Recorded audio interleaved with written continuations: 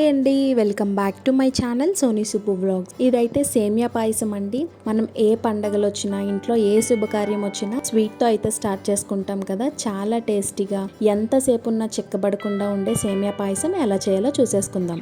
First అయితే stove on చేసుకొని stove మీద ప్యాన్ పెట్టుకొని దాంట్లో ఒక 3 to 4 టేబుల్ స్పూన్ నెయ్యి వేసుకొని, నెయ్యి కొంచెం వేడెక్కిన తర్వాత దాంట్లో మీకు ఎంత కావాలో అంత జీడిపప్పు, కిస్మిస్ అయితే వేసుకొని స్టవ్ అయితే సిమ్లో పెట్టేసుకొని వాటిని గోల్డెన్ బ్రౌన్ వచ్చేంత వరకు ఫ్రై చేసుకోవాలండి. అవి బాగా ఫ్రై అయిన తర్వాత తీసుకొని ఒక ప్లేట్లో అయితే వేసేసుకోవాలి.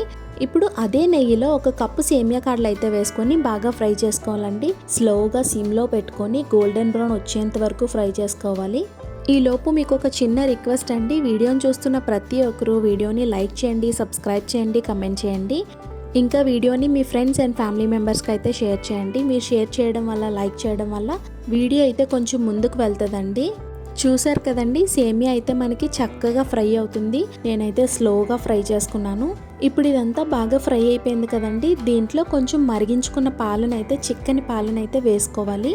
మనం ఏ కప్పుతో అయితే సేమియా తీసుకున్నామో అదే కప్పుతో 2 కప్పులు పాలనైతే వేసుకోవాలి. పాలు కొంచెం మరిగి ఒక పొంగు వచ్చిన తర్వాత ఒక కప్పు వాటర్ కూడా వేసుకోండి. వాటర్ వేసి మొత్తం కలుపుకున్న తర్వాత లిడ్ అయితే క్లోజ్ చేసి బాగా ఉడికించుకోండి సేమియాని.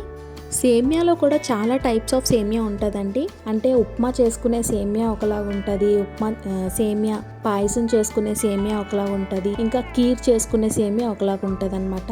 అందులోని మీకు డిఫరెన్సెస్ ఎలా తెలుస్తుంది అంటే, ఉప్మా చేసుకునే సేమియా ఎప్పుడైనా కొంచెం లావుగా ఉండి అది మనం కొంచెం వాటర్ ఎక్స్ట్రా అయినా కూడా పొడి పొడిగానే వస్తుంది. అదే మనం సేమియా పాయసం చేసుకునే సేమియాలో కొంచెం అసలు వాటర్ తక్కువ వేసినా కూడా ముద్దగా ఎలా ఉంటుందంటే జిగురు జిగురుగా ఉంటుంది అనమాట. మనం అది ఉప్మా చేసుకుంటే అస్సలు బాగా రాదు, ముద్దగా వచ్చేస్తుంది సేమియా అయితే. ఇంకా కీర్ చేసుకునే సేమియా అయితే చాలా సన్నంగా ఉంటుందండి. అది ఉప్మాకి అస్సలు పనికిరాదు. ఓన్లీ కీరే చేసుకోవాలి దాంతో. చూసారు కదండి, మనకి చక్కగా పొంగు అయితే వచ్చి సేమియా అయితే చక్కగా ఉడుకుతుంది. చిన్నది పట్టుకొని చూడండి, సేమియా ఉడికిందా లేదా అనేది తెలిసిపోతుంది. సేమియా కంప్లీట్గా ఉడికిన తర్వాత మాత్రమే షుగర్ వేసుకోవాలండి. షుగర్ ముందుగా సేమియా ఉడకకుండా వేసేస్తే ఇంకా మనకి సేమియా అయితే అస్సలు ఉడకదనమాట. నాకైతే కంప్లీట్గా సేమియా అయితే ఉడికిపోయిందండి. దాంట్లో నేను ఏ కప్పుతో అయితే సేమియాని తీసుకున్నానో ఆ కప్పుతో 3/4 కప్పు అయితే షుగర్ పట్టిందండి.